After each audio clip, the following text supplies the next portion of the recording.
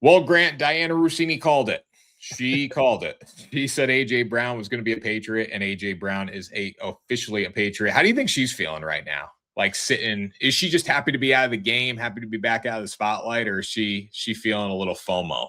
I think there's one of two possibilities, really. I think one is she's looking back like Thanos after he wiped out half the universe, he can go sit back on his farm and he's finally at peace with the world. She could have that route, and then the other route is she's pissed off because I don't know what her and Vrabel's relationship is right now. I think she's probably upset at him that he kind of threw her on the butt under the bus a little bit and then backed it up over her. And she's probably looking around like, man, I did all of this. I threw my career away for you to try to help you out for this. And she's probably upset that it happened. I think it's one of those two possibilities. I mean, this was her story. And like leading into the trade yesterday, we had a Schefter tweet that was like, we believe A.J. Brown's going to be traded around 4:00 today. But there was never really that, hey, A.J. Brown is getting traded. Here's the deal. It's dropping right at 4:00 today. We didn't have that tweet. And that was Dianna Russini's tweet. In honor of the GOAT, Dianna Russini, I think all the reporters decided to not tweet that out, to give the official, like, this is happening at 4 p.m. today. Well, we did know that there was speculation for a while, although about a week ago, there was a chatter that maybe the Patriots weren't willing to meet the Eagles' asking price, which was, in hindsight, that was probably a sign the Patriots were willing to, and they were trying to send like one final message to the Eagles, see if they could get them to drop it. But we've expected this deal to happen for a long time. June 1st is a very important day in the NFL. We saw that with the Myles Garrett trade as well, but it made sense that the AJ deal went through. Yeah, it did. So A.J. Brown is officially a Patriot. It was in exchange for a 2028 first-round pick and a 2027 fifth-round pick. Yep. The Patriots needed to give these two up, in my mind. Like, he was definitely worth a first of what the Patriots are trying to do, because you look at the roster that they have. A.J. Brown takes them up to a different level now, which I'm very excited about. If you were going into the season with Romeo Doubs, you would have been in trouble as your number one wide receiver. And you look at the comparison between Stephon Diggs and A.J. Brown year over year, or just at least last year's stats coming into this year. Stephon Diggs pretty much put up similar numbers to what A.J. Brown did. I know he wasn't comfortable in Philadelphia, which we're going to talk about here in a minute.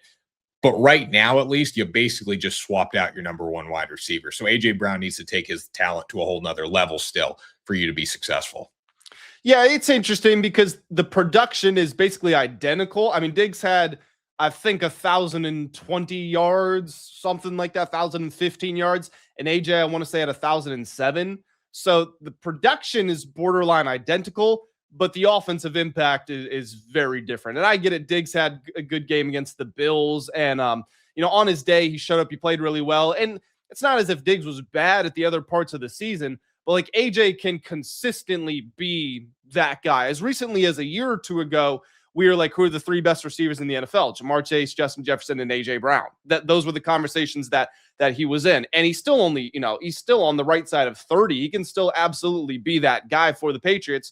He's going to a quarterback who just finished runner-up in MVP voting. A lot of Drake Maye's success was on deep shots down the field. A.J. was a master of bringing down those deep shots with Jalen Hurts in Philadelphia. So I'm with you. It feels like the Patriots, they needed to give up a first-round draft pick to get him, and it feels like they should have, because they are in that mode where they're not only pushing to compete for a championship, but they still have a young quarterback. The guy's still going into his third year, and yes, he played well last season. Doesn't mean he's guaranteed to hit that level again. So continue to surround him with talent and playmakers, and they did just that. Yeah, he only got so many years to win a Super Bowl, so I think this is a good move. Like, the Patriots might be early in the championship window, but they're still in the window, and you need to maximize it as much as you can as long as Drake Maye is in that window. One thing that was interesting to me about this trade, some people were upset that it was a first-round pick for him. And again, we talked about this. We know that A.J. Brown is worthy of a first-round pick for what the Patriots are trying to do. It's not like they're trying to rebuild. They're trying to go for it right now. And he can't go into the season with Romeo Doubs as your number one wide receiver. But number one, first-round picks, especially at the end of the first round where the Patriots hope to be picking in the next decade, are not worth as much in my mind now with kids staying in college. Like, I'm sure there's going to be classes where there's a lot of really good talent in the first round, but we saw this year, the end of the first round was not a usual first round. As more and more kids want to stay in college longer to collect the NIL checks. I mean, we saw with Dante Moore, that would have never happened pre-NIL, a kid staying in college when he was going to be the number 2 pick in the draft. So we're going to see more of this kind of stuff, and that's ultimately going to make it more diluted towards the end of the first round. So now that AJ is on his way, not even on his way, now that he's with the Patriots, I saw a video of him showing up to the facility earlier.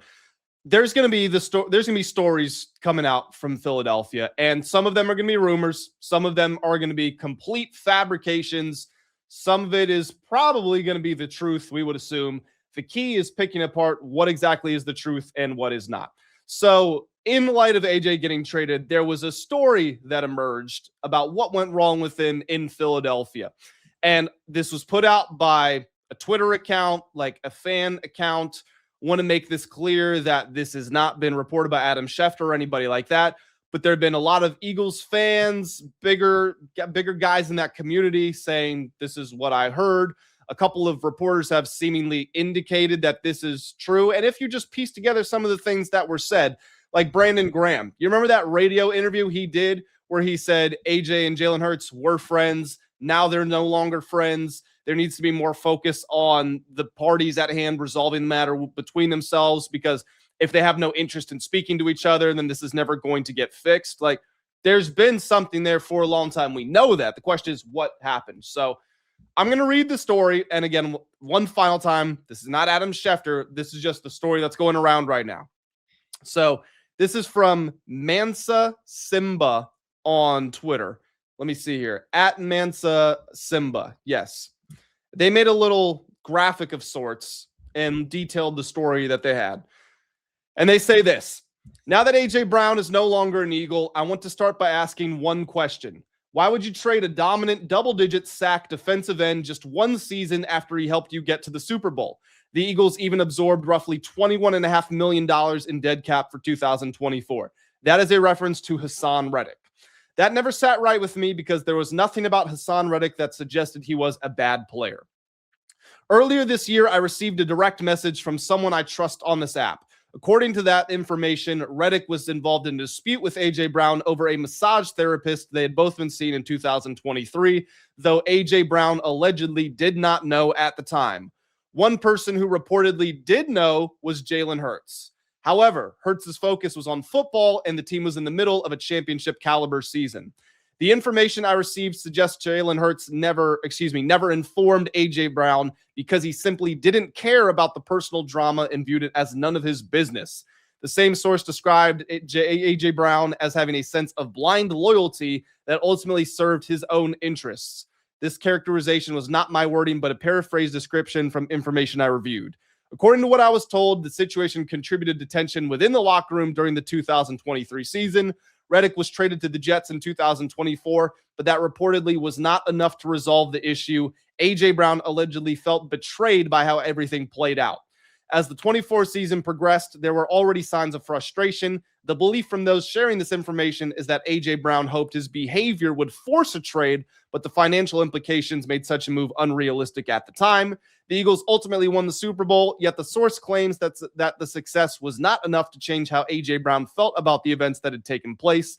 The lingering embarrassment and resentment reportedly remained. The information I received suggests that AJ Brown struggled to move past the situation and that this dynamic played a significant role in why he is no longer a member of the Philadelphia Eagles. And then they close it by saying, again, this account is based on information shared with me by my sources I trust. People are free to believe it or dismiss it as they see fit. Well, first off, respect to AJ Brown, number one. I will say that because your quarterback knew something was going on and could have helped you out, and he didn't tell you, and you kept the grudge. So I respect that mightily. And then respect to Jalen Hurts, too, for not inviting him to his wedding. So, like, they both kept the grudge. Jalen Hurts should have said something to AJ Brown, number one. If you're willing, like defensive lineman, we can get rid of a defensive lineman. We can't get rid of AJ Brown. Number two, I will say shout out to the massage therapist. Why is it always a massage therapist in the NFL? It just makes sense. It just makes sense. I mean, again, these guys aren't doing Deshaun Watson numbers. Like, that's the GOAT of massage therapy. So, like, this was a one person relationship. Well, two people, but like this wasn't like we were trying to get to as many massage therapists. This wasn't Robert Kraft, you know. No. This Although was AJ just now plays for Robert Kraft. he does. They might hit up the massage parlor together, but they overall this was just a relationship. AJ probably had feelings for the girl, and then he finds out Hassan Reddick's with her, and that Jalen Hurts knows about it. But shout out to the massage therapist for pulling two Philadelphia Eagles and pretty much keeping it secret. It makes me think that Hassan Reddick knew that AJ Brown was the side piece, and AJ Brown didn't. That's kind of where I'm at with it. I'm with you there. That's exactly how I view this as well. And the fact that Jalen Hurts knew, like Jalen, for all of his stoic quotes at the podium, a bird in the hand is worth two in the bush, and whatever he wants to say whenever that's like, hey, Jalen, why'd you lose the football game? It's like, well, the sun came out and this said that. For all of his quotes up at the podium, like he genuinely does want to avoid drama. That's the vibe that I get from Jalen Hurts. Doesn't want to be involved in it. His relationship with AJ Brown, though, I forget if Jalen is the godfather of AJ's kid. I don't even know if AJ has a kid or if AJ's the godfather. Neither of them strike me as somebody who has a kid, but one of them's the. I think AJ actually might have a kid now that I think about it. I don't know, but one of them's the godfather to the other's child. I know that much. Jalen does not have a kid, so AJ Brown must have a kid. Okay, so there we go. So Jalen's the godfather, and they had a relationship going back to college, and there's like, if Jalen knew and didn't tell AJ Brown, hey, you're the side piece to our teammate over there who's knocking down what you think is your main thing, I would be upset as well. And it takes a lot because it's not just like a teammate. If this was a squabble between a teammate, you could probably get over it. Maybe one of them moves on. But it's the fact that it's like that's someone that close to you, that personal relationship extends off the field and has for a while. It would be really tough to move past something like that. Now, here's the thing, though. All right, AJ Brown's got this is where it gets really interesting too, and maybe this is why Jalen didn't say anything. I'm not a big Jalen Hurts fan, but I'll give him the benefit of the doubt here. AJ Brown has been with a girl named Kelsey Riley for a long time. That is now his wife. His wife. Yep. Okay, they have one kid together. They've been together a long time. So Jersey Brown is his first kid with another woman. That's the one that Jalen Hurts is the godfather to. So he's not the godfather to the current child that was born in September 22. But if that kid was born in September 22 to Kelsey Riley and they just recently got married, they've been together this time. So he was cheating on his wife with the massage therapist, if this is true. Unless they broke up and got back together. Yeah. For a 2 or 3 year period. But I don't know if you'd have a kid, break up, get back together, get married for like a 2 or 3 year period, especially if you're in the NFL. You know what I'm saying? Like you break up, you're done. You ain't coming back. It's a very convoluted situation. And again, we don't know this is exactly what happened, but I have seen several people come out like within the last 24 hours and say AJ Brown, after the Eagles started last season 4-0, AJ Brown went to Howie Roseman or whoever and basically requested a trade 4 weeks into the season when they were 4-0 and said, like, get me out of here. And this is reporters, legit reporters are saying that happened. So he wanted out of Philadelphia seemingly by any means necessary because the Super Bowl wasn't good enough to hold him over. They're undefeated coming off of the Super Bowl, and he's like, get me out of here. I don't want to be here. Well, you combine it too with not getting the ball as much. Like, as far as all the off-the-field drama, that's not easy. And I'm sure there was something because there's no reason that AJ Brown shouldn't have been happy in Philadelphia outside of maybe not getting the ball, maybe outside of Jalen Hurts not being able to run the offense the way he wants it to. But you're winning the Super Bowl. You are the number one wide receiver on the team. It wasn't Devontae Smith, and you're not happy. So it didn't really make sense. So there had to be some off the field issues, but that brings an extra element in with his wife. Maybe Jalen Hurts just wanted to stay out of it. Who knows? So AJ Brown in the first 4 games of the season last year, this is insane. Week 1, 1 reception, 1 target, 8 yards. Week 2, 5 receptions, 27 yards. Week 3 goes off, 6 receptions for 109 yards and 1 touchdown. Week 4, 2 receptions, 7 yards. So in 3 of the 4 games to start the new season, he had a total of 42 yards. The OC was terrible, though. And you know what's weird, though? They weren't running the ball effectively. Like, Saquon was not going off at all running the football. So I don't even know how they were moving it on offense when I think back to it. Devontae Smith must have been going off. I think Saquon finished the year averaging.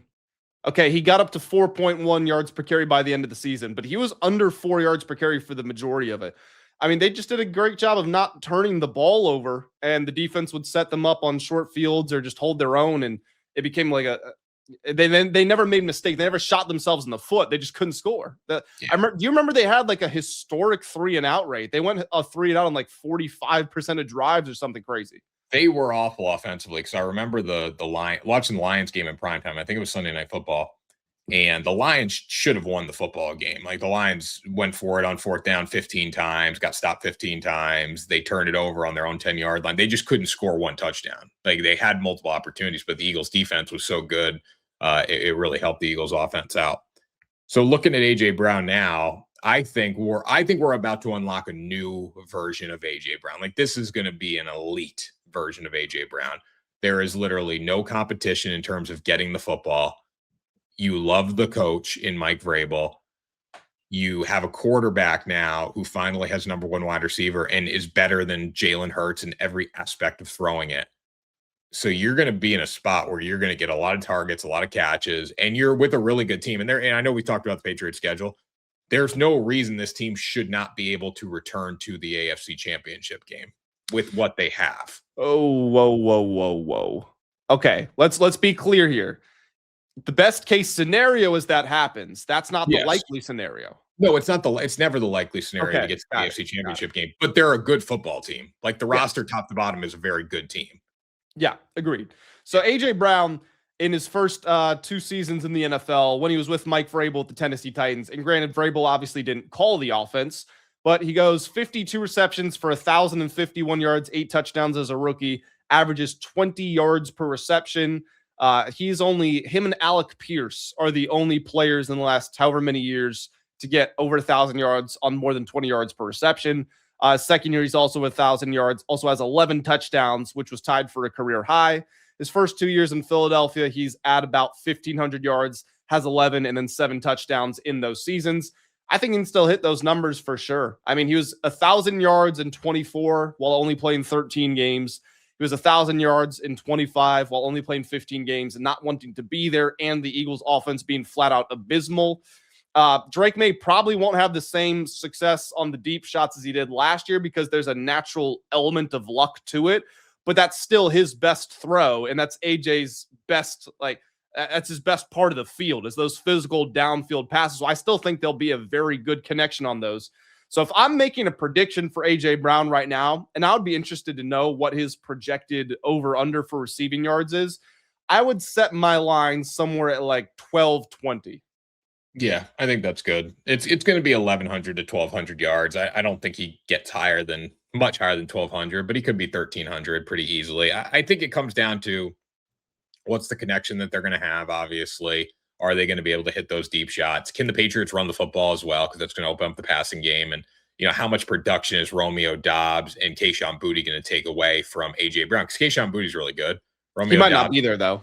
He might not. You're right. Kayshon Boutte is probably going to be packing. But I think if you go, I'd personally rather send, I don't know who would take Matt Collins. But if you had Kayshon Boutte as your number 3 with Romeo Doubs as the 2, A.J. Brown as the 1, that's pretty strong receiving core.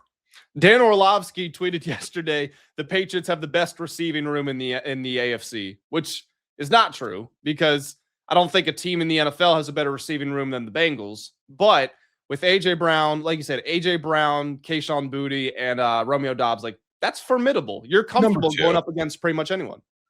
Is it number 2? I think it's number 2. We can run through it one by one. It's not the Bills, it's not the Dolphins, and it's not the Jets. Nope. It's not the Ravens. The Bengals are better. It's not the Browns, and it's not the Steelers. The Texans are good, but they're not as good as the Patriots. It's not the Colts. It's the Jaguars. If Ryan Thomas Jr. gets back, like if last year was just because of health, I would put the Jaguars ahead of them.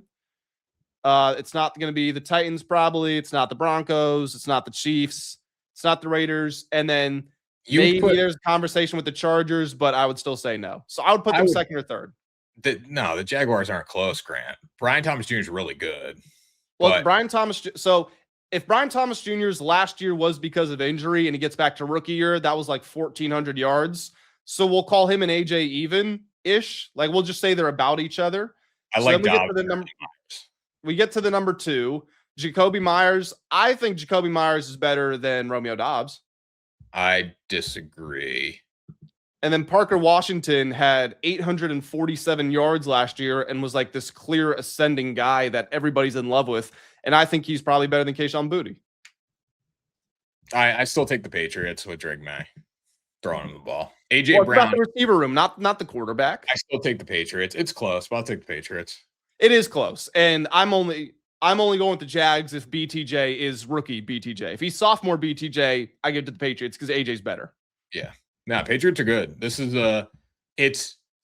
making the team playoff or bust pretty easily, and I think it's getting to the AFC Championship or bust in a way. I think you're better than the Buffalo Bills. I don't know if you're better than the Ravens, but the Ravens just have Lamar. Like, I'm not as afraid of the Ravens. They wouldn't have beat them last year if Lamar didn't get hurt, but I'm not as afraid of the Bills.